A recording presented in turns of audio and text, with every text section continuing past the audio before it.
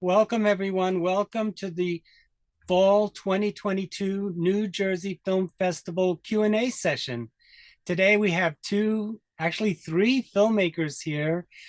Two made one film called Soldier Island. I'll introduce you to them in a second. And then we have Brian Crewe. He's from out in California. He made a short film called Cabeco. Is that Cabeceo.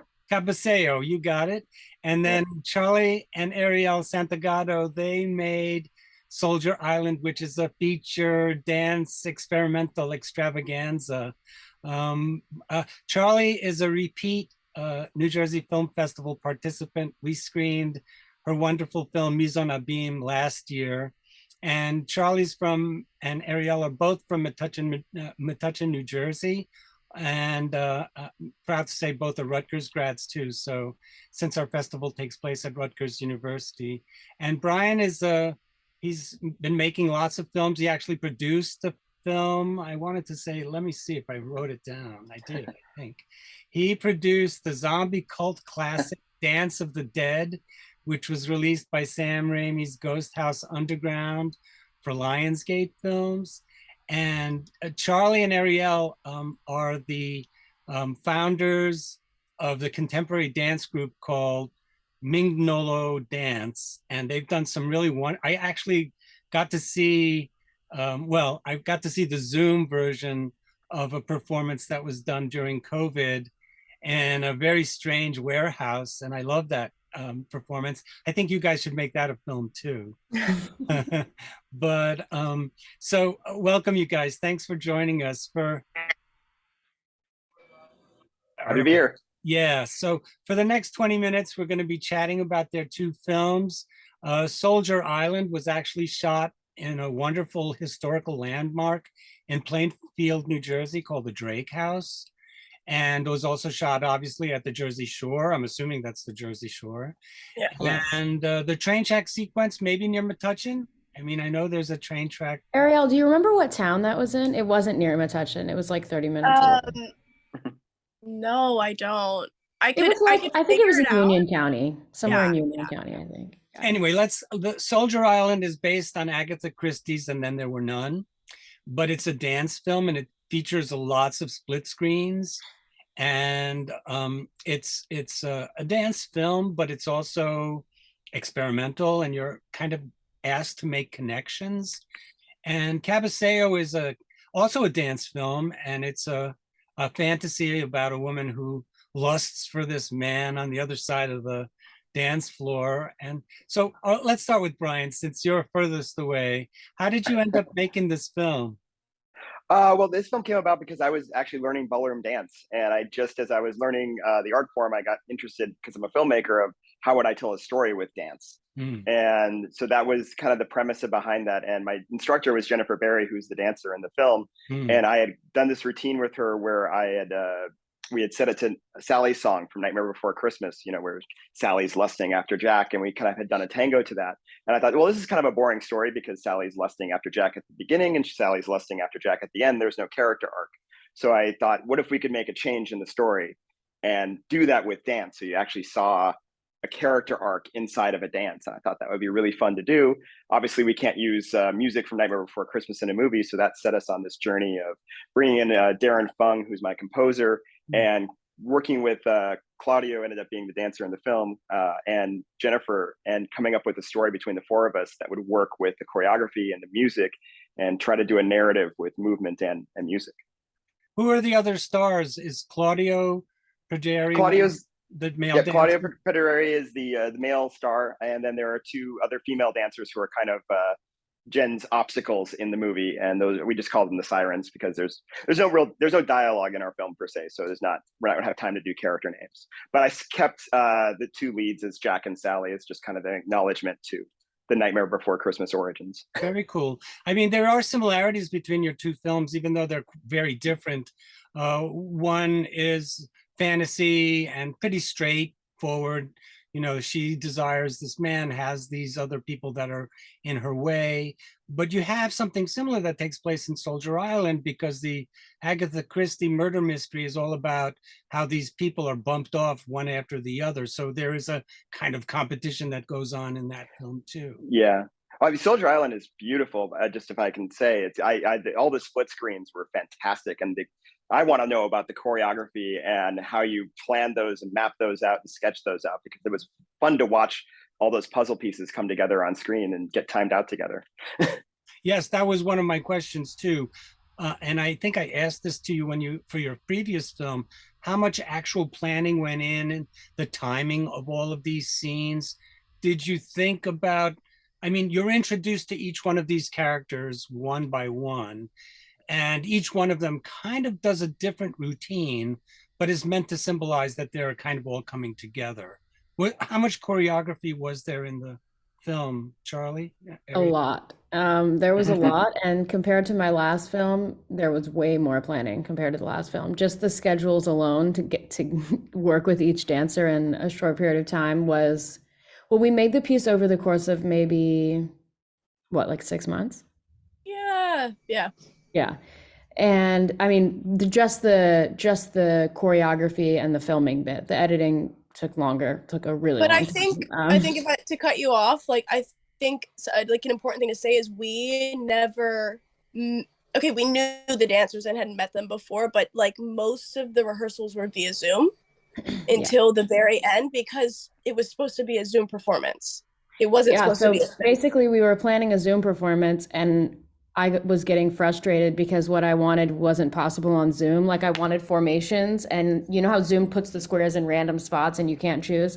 So we looked at all these different online options, and we figured out, like, in order to make it. There was only one, and it was like $10,000. Yeah, it was like for people like Kanye okay, West and like Beyonce, who have a big budget. So we were like, okay, I guess we're gonna make a film. And we got super lucky that the Drake House let us film there. I mean, we wouldn't have, they donated the space, and that was obviously instrumental to the piece. But yeah, I mean, there's plenty to say about the choreography, but it's pretty much, I would say it's like 85% set and like 15% improvised. Cool. But was it a COVID film? I mean, you made this during COVID, both of you. I mean, all three of you. Mine is not a COVID film. We actually shot in February 2020, so we were about 3 weeks before the travel ban was announced. All right. So, which is why when, as my producer likes to say, the most fantastical thing in the movie was not supposed to be you're in a dance club with no masks. Right. But yeah, we actually like literally skated in under the wire, and we were doing 2 films. We did this film and another film called Flat Earther, which was all done in one 9-minute take, and it's all dialogue. So we were doing 2 films in 2 different styles in the same location with the same crew.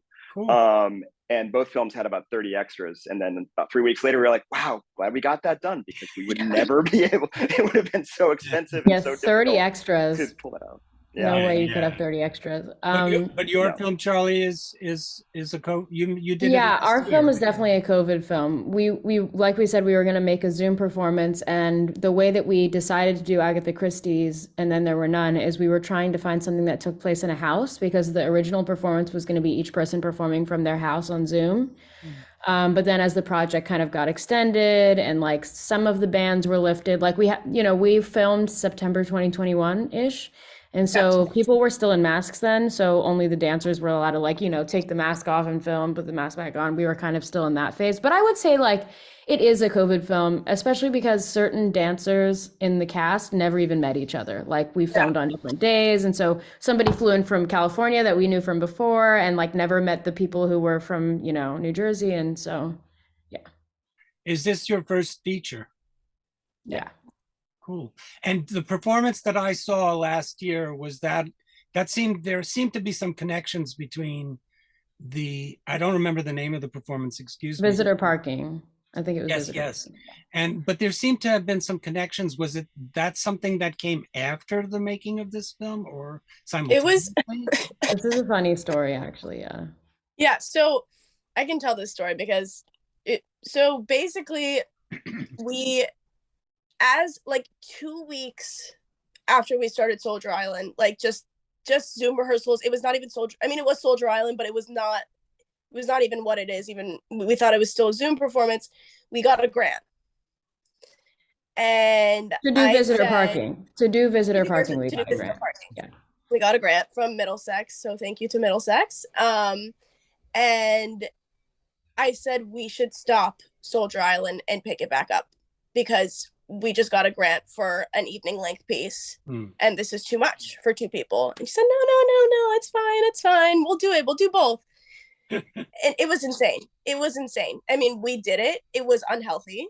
Yeah, it was. The filming schedule was, each shot had like maybe between 5 and 15 minutes on the schedule. Like it was, we had to move through it that quick. So it was really intense. Yeah. And I think where maybe you see the overlap between visitor parking and Soldier Island is that we have this movement language that we're working on called Move English, where we take English words and then we give each of them a movement, and those repeat. And so if the word water happens in visitor parking and the word water happens in Soldier Island, it would be the same movement, for example. Yeah. I really so, and that's something that's running through a lot of our work. Not all of it. It's not in Mise on a Beam at all, actually, but it's we've been working on that for a while, since like 2019.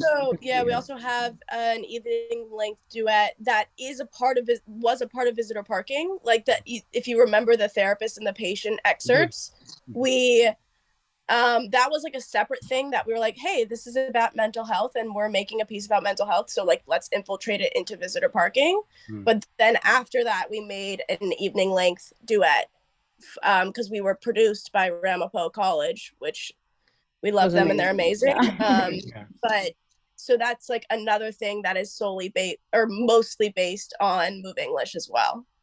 It's cool because also Brian's piece is also about a kind of movement of, I mean, it's a tango film, right? I always, I'm sorry, go ahead. Oh no, yeah, it's a tango film, and yeah, we had divided the stages of a relationship basically into sections of dance, and then we assigned colors and styles of movement and kind of slight shifts in styles of music to define each section of the relationship inside of the dance. So she kind of she's lusting after this guy, as you said, across the bar. She's imagining the scope of an entire relationship as played out as a tango. Yeah, so I think that the movement as language is really cool, and there's the levels of sophistication that go on from one which is feature length and another film that's basically 10 minutes. So but the great thing is that Brian's film the lighting is just amazing. It's really well lit, and the performers and the outfits fit perfectly good. And I thought of when I teach Un Chien Andalou, which is a classic surrealist film by Luis Buñuel and Salvador Dali, that there's a tango in that too. And I always ask my students, I say, well, what kind of a dance is a tango? And they're scratching their heads. Do you remember that Geico commercial? You can't have 3 people to tango. I don't remember that. It's funny. I know Luis Buñuel, but I don't know the Geico commercial. The thing is that a tango is a sex dance, right? I mean, it's very much. One of our dancers was quoting I think it's about more ballroom dance, but yeah, it's a vertical expression of a horizontal desire. Yeah, very much so, very much so. And I think the movements that you see in Soldier Island, which are separate, there's only a few times where dancers are in the same frame together, and for obvious reasons that you pointed out, that they flow into one another. So when you're moving from frame to frame, because you have to picture the frame divvied up with 10 people in it, or I think it was 10 at most, right? And so that the way your eye moves from frame to frame is really very much like a circuit, right? And I think that's why I asked you how much planning did you know which person was going to go in which square, or was that there was an element of let it just hang out? I think there was a vision for a lot of the scenes. Like, for example, the dinner table, we were very specific about where we had people sit so that it would kind of look like they were in the same room, even though they're obviously, they are in the same room, but at different times. Yeah. Or for example, when they're dancing in front of the house, I kind of set up the placement so that, for example, someone who was standing toward the front of the frame would be like lower, so it feels like they're more forward. So there was definitely like a topography going on. I mean, not always, right? At certain points it was like, oh, maybe this looks better this way, and we kind of switched stuff. But actually so I did all of the editing of So basically we made 10 films and then we made them into one big film. So I made the 10 films and then our director of photography, who's also named Brian, he And made also our videographer for the. and he has a director of photography. That's what that means. Yeah, yeah. Yeah, Wow. I know it's weird. I only learned that semi recently too. Okay, so I shouldn't feel bad. No. It's like the more fancy way of saying it. So he did the editing of things into the squares, except for like, he kind of did his thing and like would send me a draft and then I would give him like an insane amount of notes. I'm like, actually, no, this person needs to be here and this person needs to be there. And there's actually a choreography going on in the outside squares. So like, yeah, it was, not only is it like extremely time consuming anyway to do the 10, but like for certain scenes, I felt like it was really important where people stood because it's so busy that like in order for anyone's eye to be able to pick up what's going on, it does kind of have to be precise where people are standing. But, like Mise en Abîme, which I think requires multiple viewings, I think Soldier Island also, you benefit from seeing it more than once. Because the first time I had no clue who was going to be the sole survivor. But the second time I watched it, there were little hints that you dropped as you went through the film. So I kind of figured out who it was. The second go round, it became very obvious who it would be, which I didn't have the first viewing. So kudos to you for doing it. I'm really glad to hear that. That's like the best thing I feel like you could say about Yeah. So. I just also wanted to say that Brian Curry, who is your DP, was going to do this interview with us on EBTV, but then I got COVID, so I could not go, and we had to push that back. And it's just been a kind of nightmare early August for me. So I regret not having him on because I think he would have been able to give further insight. So my question is he going to be able to come to the Q&A that we do on September 23rd? Yes, folks, the film is playing on September 23rd, all day online. And then there's an in-person version and Voorhees 105 at Rutgers University. I'll show you about that in a few minutes, but it's at 7 o'clock. So both of you guys are going to be there, right? And I think that Brian will also be able to be there. And also he's a Rutgers alum too, so it's a big Rutgers party. Yeah. And I think it's a great thing because he's also in a band, right? He was telling me he was going off to he's flying back today from there. They were on tour in the UK, so he's on a plane right now coming back. I pitched him to come and join us, but he said he was not going to be able to. But so I look forward to meeting him too, because I think he has a lot of talent. Because he did DP work for you also on the parking piece. On everything. He's worked with us. So at the beginning of COVID, like April 2020, we were like already itching to make something. So we'd made a few films before, but they were like informal on our iPhone, whatever. And then we were like, okay, well, this is our new form of performance, right? Film. So we made a film called De-Eschatology where we had like saran wrap all over ourselves. I remember that. And Brian filmed that for us. Yeah. He was already like a photographer and was interested in film, but wasn't really doing it. And he filmed that for us. And that was like the beginning of the end. Like we've done so many projects with him since then. And yeah, he's amazing. And like, he's like gets on the ground, he'll do whatever you need to do. He's got like all of his own like dance moves to make, he likes to think of himself as like another dancer with the camera. And I'm pretty sure that he will be able to be at the September 23rd. Yeah, definitely tell him to come. And I think with Brian's film, I would love, in the past we had money to bring in filmmakers from all over, but that money dried up very quickly when there was a change in administration. And, there weren't as many people who liked the arts in the state, and they tried to actually defund the arts. And so there's been lots of challenges in New Jersey, although we're in good form now. And actually, I think grant-wise, Middlesex County also provides a big chunk of our funding, and they have for 30 years. So we're really proud of our support with they're called the Middlesex County Arts Institute. They used to be called something else, and I really like the new name. So kudos to them. All right, folks, let me just show everybody how to do ticket purchasing. I'm going to share the screen with everybody. Let's see if I can do this so it looks good. All right, this is not looking so good. Let's see if I can open this up. All right, so when you normally would go to our website, which is njfilmfest.com, this is what you would see. This is actually a picture of the space where we're located. It's Voorhees Hall, but all you have to do is click current events, which just basically scrolls you down to the first image, and you can see I have the same backdrop for the Zoom as we have as the cover art for our, I think I shot that in Edinburgh. There was an optical illusion museum next to the castle, and they also had a camera obscura. So I remember I shot this. I really liked it. It looks like the universe, like something from that new Hubble telescope, or I guess the new one, the Dewey. What is it called? I can't remember. The James Webb. James Webb, thank you. It looks like something out of there. So I kind of like that. But what you need to do is just click on the red button, and that'll bounce you to our Eventive page. Eventive is our streaming provider, and we've used them for 3 years now because of COVID. That's what saved us. We were able to do all of our shows this way. We did a few in-person screenings last year, but we were shut down by COVID again. So this is the first time I think we'll be able to do a big chunk of them. Whenever a filmmaker is present, I was able to convince the powers that be that we could do an in-person screening. So there's only 2 or 3 that are only online, but you can see if you scroll down, it's under narrative feature. You just click on the image from Charly and Eriel's film, and you just click on the pre-order button and you can purchase tickets.